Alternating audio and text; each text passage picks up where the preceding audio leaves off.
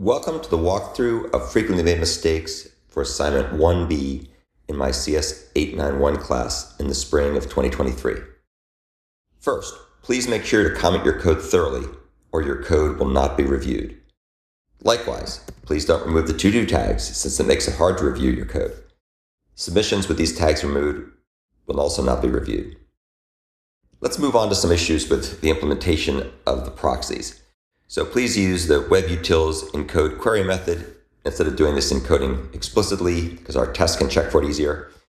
Please make sure you use a string literal instead of a character literal here, and also make sure that you use toURI string instead of toString. Down here, there's missing a step. You need to make sure that you convert the encoded regular expression queries into a string using one of the other helper methods in webutils. And please make sure that you use the webutils encode queries helper method here rather than writing all this code out yourself. That's why it's there. That's what our tests check for.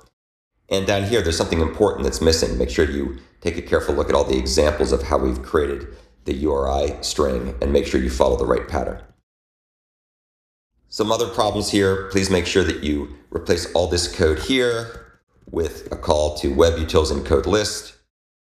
And now let's move on to some issues with the controller. So this code is way too complicated. And actually, I take it back. I think this is actually the implementation of the service, not the controller. This code is still too complicated, so make sure that you write it correctly. Down here, this code is also too complicated. It can be done much more succinctly. This code is also too complicated. It can be done much more succinctly. And down here, this code is also way too complicated and doesn't meet the specification above. It's replicating a bunch of code that shouldn't be replicated at all, and it's doing it incorrectly. Also, please get in the habit of formatting your code properly. Don't format it like this. Format it the way we show in class so you can put comments on your code.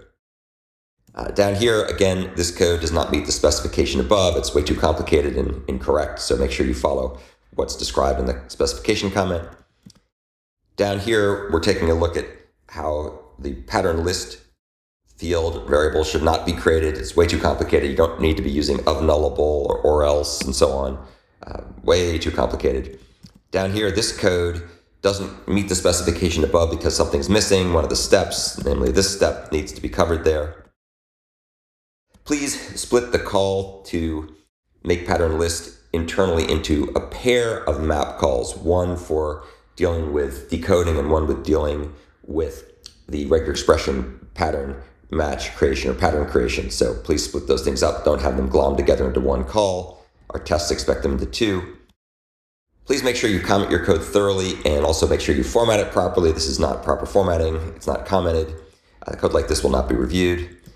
Let's now take a look at the find matches method. This is the one that's supposed to be using the structured task scope shutdown on failure parameter, and it's not being used. Instead, something completely different. I'm not even sure what is going on here, but this code should not be making a thread explicitly. It should be using the shutdown, the shutdown on failure scope to do this. Likewise, you shouldn't be joining threads explicitly. That whole thing is defeating the whole purpose of the assignment, which is to use Java structured concurrency. And this is also the wrong return value to return. This thing is expecting to get back a future to a list of movies. So this is giving back the wrong type of result. Down here, this code is also incorrect. It's too complicated. There's no need to have stream of movie in any match here. That's way overkill. You just need to call match directly. That'll do the trick for you. And speaking of match, please make sure that when you do match, you use the appropriate call here. Use find instead of matches. Matches will not give you the right result. Your test will not fail. So make sure that you're running your tests and make sure when your tests don't work that you're taking a careful look at your tests to figure out why. And then making sure you get help if you need help. Please make sure the code is documented thoroughly. Please make sure you use the future utils futures to stream method here instead of calling futures to list followed by .stream. And down here for concat matches, another problem, please document your code. Please remove this call to filter. That wasn't passing the tests, which should give you an idea something's wrong. And likewise down here in concat matches, this call to filter for objects non-null is also unnecessary. That's not how you need to do it, that code is actually being done in the future utils futures to stream method.